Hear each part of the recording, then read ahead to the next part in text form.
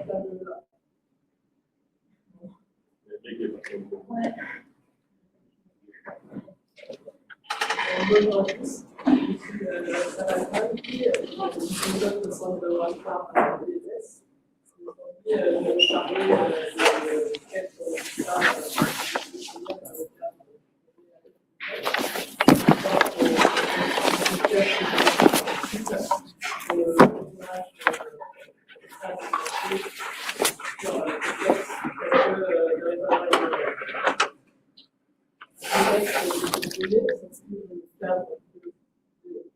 développement des modèles comme alternative au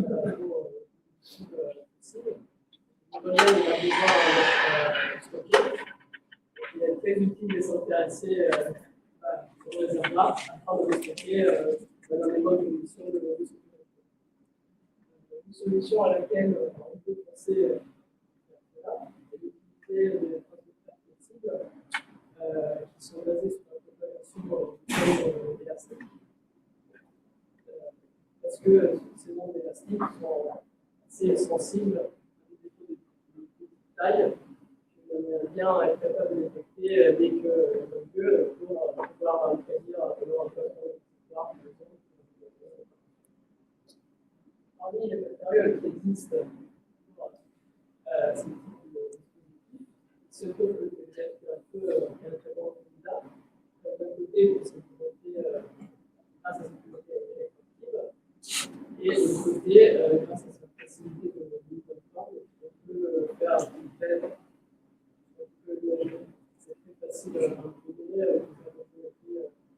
vous allez faire des réseaux, vous allez voir par la suite. Donc, dans le cadre du projet de TOX, on intervient plutôt sur tout ce qui est design et research. Nos collègues du deuxième travaillent sur le modèle expérimental dans les réservoirs et on va aller voir aussi pour des essais acoustiques qui sont en place sur le réservoir.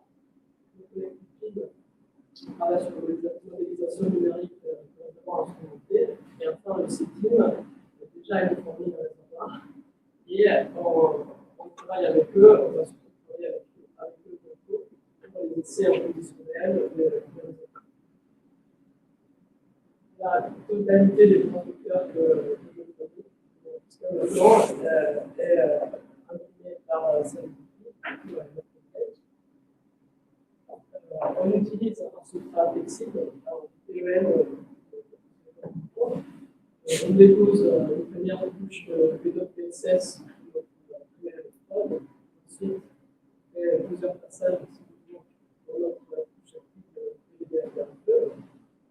Deuxième électrode de PSS et un dernier, on vient imprimer des connexions en argent qui nous permettent ensuite de prendre plus facilement en contact une fois que notre contact obligatoire une fois que la quantité de conducteurs c'est la polarisation. Je vais vous donner un exemple de polarisation que j'ai à la dernière étape, que je fais avec les paliers. Quand tout se passe bien, on a ce type de recours. Seulement pour procéder à ce que je parle plus de code avec le table, le conducteur va bien marcher par là. Les deux designs que j'utilise le plus sont la première, un plus petit monoélément de 10 ou 15 mm de rayon.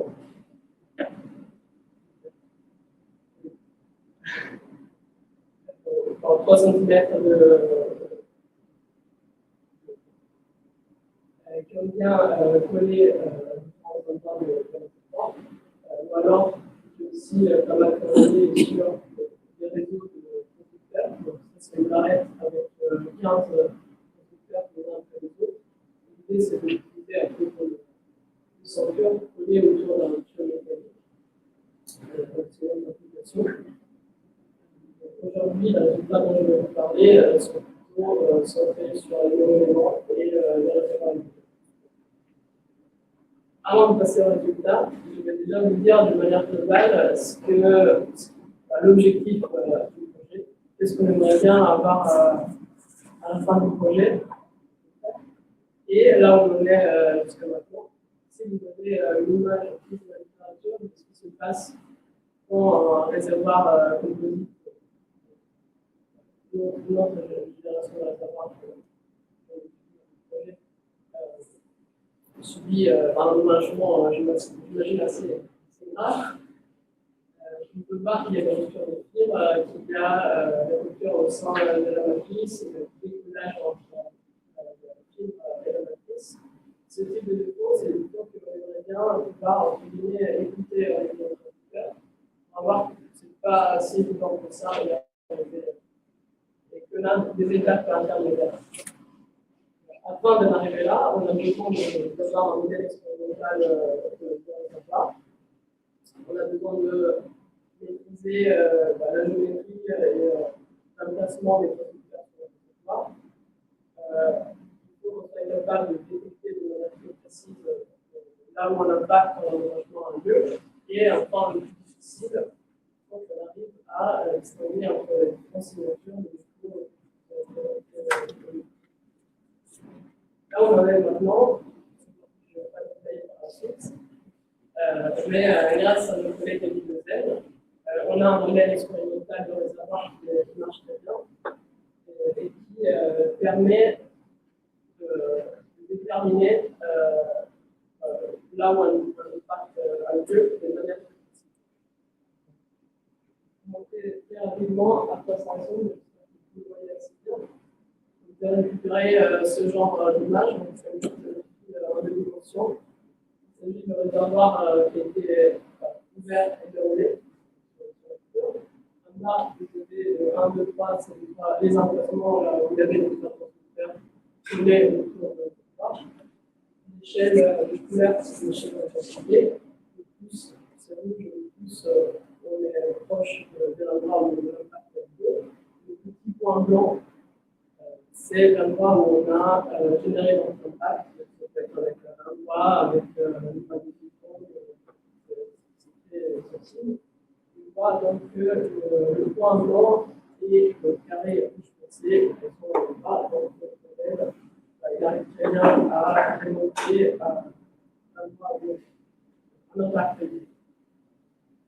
Voici là où on est dans le modèle expérimental. Moi, je suis là pour la partie des conducteurs. La suite de la présentation sera basée sur les résultats qui serviront, j'espère, à optimiser aussi cette partie-là. Un premier test qu'on peut faire, déjà pour comparer l'épaisseur de la couche active des mouvements conducteurs. C'est un test de passage en ligne, c'est un test standard de conducteur. On vient coller 4 conducteurs de l'épaisseur de la couche active sur une plaque métallique de fil. Et on vient casser une mine à une distance sur laquelle on est. Cela va générer une onde qui est captée par le conducteur. Ça permet d'avoir ce type de signaux en réception. On voit déjà à l'œil que sa capacité augmente avec le et se répète ce cassage de ligne on peut affirmer qu'il y a une relation linéaire entre l'épaisseur de la couche active et notre performance en réception.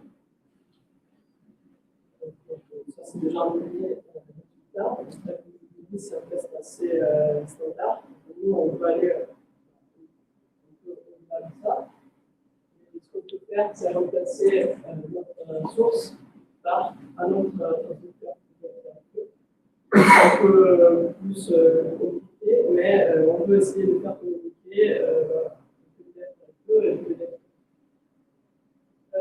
J'ai besoin encore de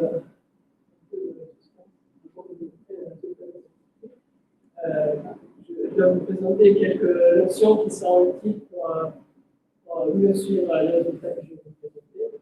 Donc, je vous ai dit, le conducteur dans l'école sur une plaque métallique qui est fine, grâce à tous les systèmes, on génère du monde, cette onde va se propager à la surface de la plaque, c'est dit le monde, qui se propage de manière symétrique ou asymétrique, donc S, A. Et si on est à une fréquence assez faible, comme dans le cas, on peut dire qu'on a uniquement deux modes de propagation, à 0 et à 0. Donc, c'est là que vous allez voir par la suite. Le 0 qui est celui qui va arriver en premier, et le 0 qui va arriver les étapes sont à peu près le même que l'année avant, du coup avec les quatre épaisseurs maintenant, notre source, c'est un autre résultat que vous avez. Et en plus, on a rajouté deux autres, regardez d'autres paramètres, comme l'épaisseur du substrat et le technique différente pour coller le substrat à la place. Généralement, on utilise le superplu, et là, on va utiliser un scotch de face pour voir s'il y a vraiment une grande importance. Voici un exemple du signal que a à réception. Vous avez dit le 0 va arriver en premier. Ensuite, il y aura le 0 qui est en France. Là. Je superpose le résultat du 4 de l'épaisseur de on voit que c'est pas du tout le 2 de 1 en plus épais.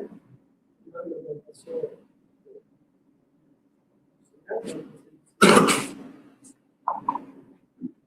Si on passe ça en équivalent de tendance linéaire, ce n'est pas très surprenant parce qu'on a fait la même chose qu'avant. On a changé de ressources. Mais nous, on était assez contents de résultats. Il y a une grande d'utiliser à la fois le PDF en émission et réception qui marche très bien pour l'un, pour l'autre, et l'ensemble, c'était pas évident. Ça marche très bien avec des effets pour générer des signes. C'est un peu similaire à ce que je vais présenter, mais c'est important parce que le terme, c'est avec ça qu'on va faire marcher sa chaîne de la pour ceux qui concernent les paramètres, l'épaisseur de la chaîne, on a la même épaisseur de chaîne, 5 microns, et un substrat de 50 ou 125 microns. On voit que la réponse n'est pas énorme. Le substrat le plus épais, on a un signal, on dirait, un peu plus important. Le fait qu'il n'y ait pas trop de différence, ça ne nous embête pas forcément, parce qu'un guillemets sur un substrat plus épais nous arrange. C'est plus facile à manipuler, mais quand on va le sortir pour faire des répits, il est plus rigide, ça peut être plus facile pendant la pression et mettre dans l'utilisation. Et ensuite, pour le collage, on voit qu'on a superpu un meilleur collage avec la structure. Là aussi, la différence n'est pas énorme. Du coup, moi, à mon avis, ça dépend aussi du type d'expérience. Si on est pressé, pour moi, le swatch de place permet quand même d'avoir des résultats notables. Si on a le temps de faire sécher la superficie de dérivés supplémentaires, c'est sûr que c'est une solution qui permet un résultat un peu mieux. Dernière slide de résultat. On peut aussi s'intéresser à l'effet de l'épaisseur de la poche active, cette fois-ci en temps de double émission.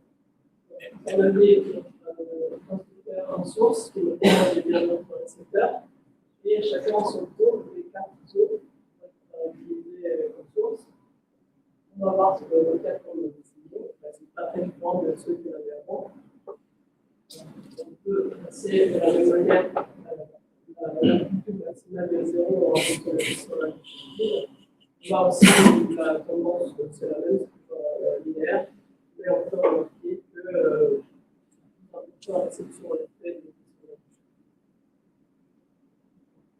je disais montrer que l'état actuel, on est capable d'imprimer des transducteurs qui ont des formes particulières différentes. On arrive à le faire de manière plutôt simple. Qu'on arrive à avoir une bonne communication entre les transducteurs qui viennent faire un peu l'émission-réception. On a des signaux sur la table. même si ça marche toujours dans le terme de qui garde les avantages de et enfin, on a vu que si le point de chez nous augmente notre performance, que les personnes sera à une force moindre, et enfin que on peut privilégier à ce point de vue meilleur résultat. Toutes les informations que je vous ai données, nous, on travaille avec les deuxièmes, donc ça nous permet maintenant de passer aux étapes difficiles. Pour les plaques métalliques, sur un réservoir, c'est nous qui générons les impacts. C'est pas ça l'objectif, l'objectif, c'est de donner une première étape sur laquelle on est en train de travailler. Déjà, c'est de passer sur une plaque composite avec le composite et le réservoir. Cette plaque, elle est soumise à une traction. La traction, elle sert à générer des ruptures électriques selon des PPL. Dans un premier temps, on doit être capable déjà de les avec le producteur, ensuite de les localiser lors d'un essai de rotation. Pour passer ensuite au dépôt le moins énergétique difficile à détecter, comme le sol de une fois que dans la simulateur, on sera capable de localiser les différents impacts. L'idée, c'est de passer assez rapidement avec des essais conditionnels. Donc, on va remplir le réservoir d'eau et puis mettre le réservoir sous pression jusqu'à des essais de voilà, c'est tout pour moi.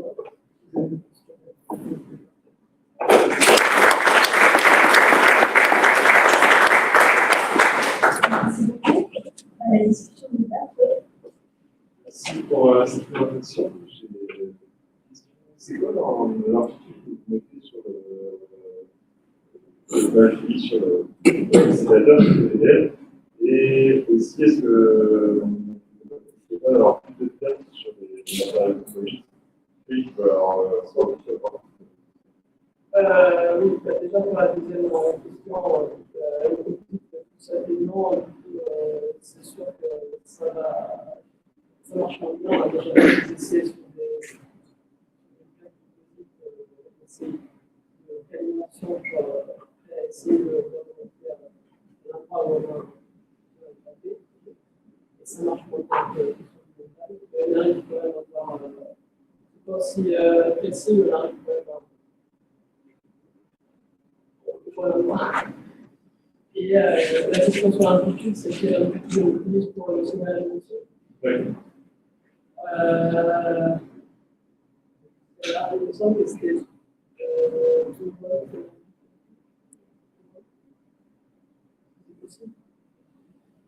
on l'a choisi, on ne la bouge pas, du coup, je vais l'échelle n'est pas de 20 ans à plus. C'est avant Il y a un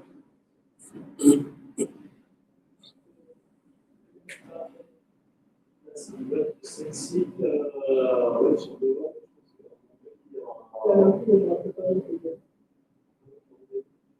oui, 40, 48. Oui, d'accord.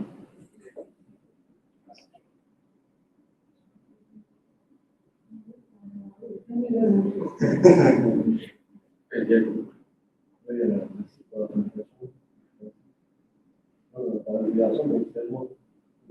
Il fonctionne en mode électeur. Il fonctionne en mode transport ou en mode frontière. Est-ce qu'il fonctionne dans le sens de la compression ou dans le sens de l'élongation en fait? Dans le sens de la compression, je dirais. Non. Non, je n'ai pas la réponse, mais compte tenu des fréquences qui sont utilisées, c'est assez complexe. Je n'ai pas trop réfléchi à la question. Donc, Je peux y réfléchir. La réponse, il faudra enlever ça à la date. C'est 2020. La position de la plaque est de 2020.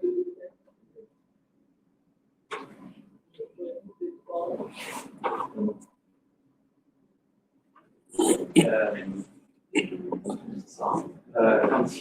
quand on augmente l'épaisseur, le signal augmente. C'est plutôt un couplage mécanique meilleur, c'est-à-dire que pour mieux tout le monde mécaniquement, je pense que c'est plutôt tu génères plus de charge parce que j'arrête de dire les deux. C'est la réponse. Je pense que c'est les deux facteurs. J'aurais dit.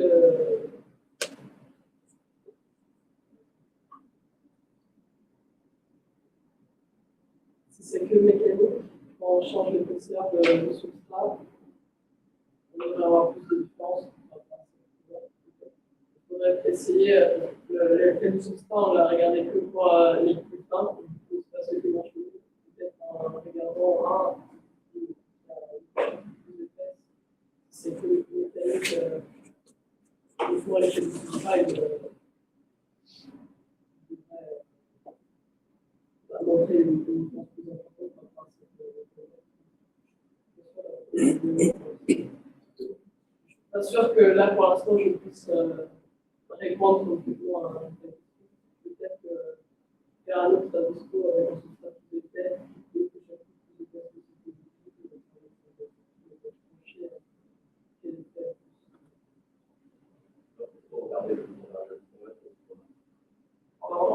il faut regarder avec le micromètre. Oui.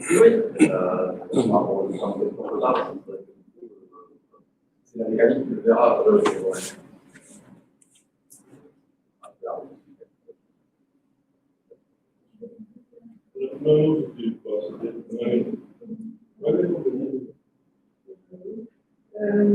Au cas si vous faites des électrodes, c'est les PSS, est-ce que pendant des électrodes d'argent, vous avez essayé de prendre les problèmes de facteurs? Est-ce que ça pourrait donner des meilleurs de bonnes possibilités? On ne peut pas trop faire parce que c'est le plus. Avec le VDF,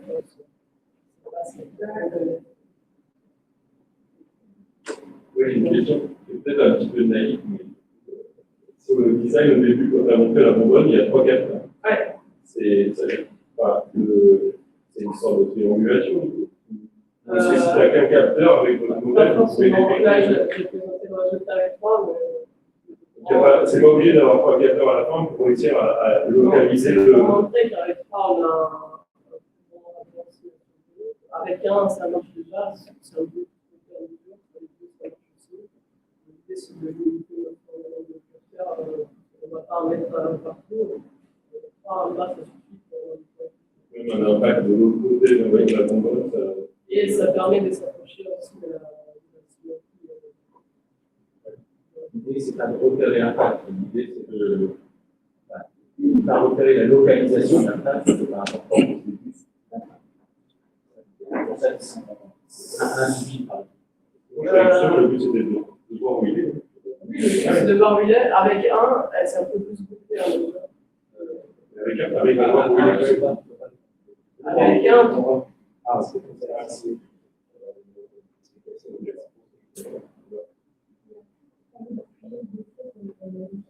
Oui, donc, c'est pas la nécessité par rapport à la détection de la matrice. Est-ce que tu peux envisager après des différents épaisseurs en fonction de la variabilité de la sensibilité? ça, pour l'instant, je ne sais pas. Ce qu'on a envisagé, si votre idée pour l'instant, c'est de changer la configuration de la plaque mécanique qui caisse. On met les fils dans la direction de l'attraction, on va appliquer que la queue. On n'a jamais on a que des choses comme ça. On va avoir tout de l'armature de fil. On va avoir que un peu de fil. Alors que si on a tout le fil, clairement, la direction de l'attraction, on va favoriser les autres. Ce qu'on fait pour l'instant, c'est de changer la configuration de nos échantillons plus que de nos capteurs. Une fois qu'on aura capté la signature, je pense que c'est grâce à l'aide du modèle qu'on peut faire. voir s'il y a une meilleure géométrie sensible.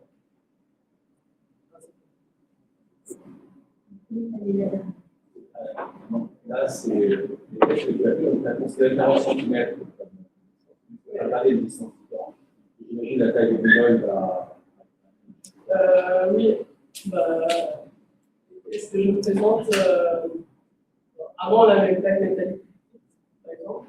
Donc on a nos ondes, elles se propagent, elles arrivent au bout de la plaque aérienne. Donc on est passé déjà sur une plaque plus grande pour avoir un peu plus de temps avant que nos signaux se mélangent avec ceux qui sont assez dans le bord. Donc avant de les coller, c'est de la colle permanente. On essaie de faire en distance avec un PZT qui a le même diamètre que notre conducteur. Un PZT à l'émission, un autre à réception. On a bougé et on a vu à peu près la distance qui nous permettait de séparer de 2 à 0 déjà, parce qu'il y a beaucoup de distances qui sont opposées.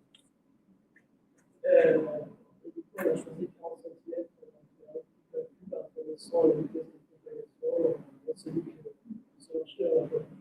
Mais oui, en fait, on va réfléchir. C'est devant la commune d'un premier niveau de période, à technologie, à l'application finale.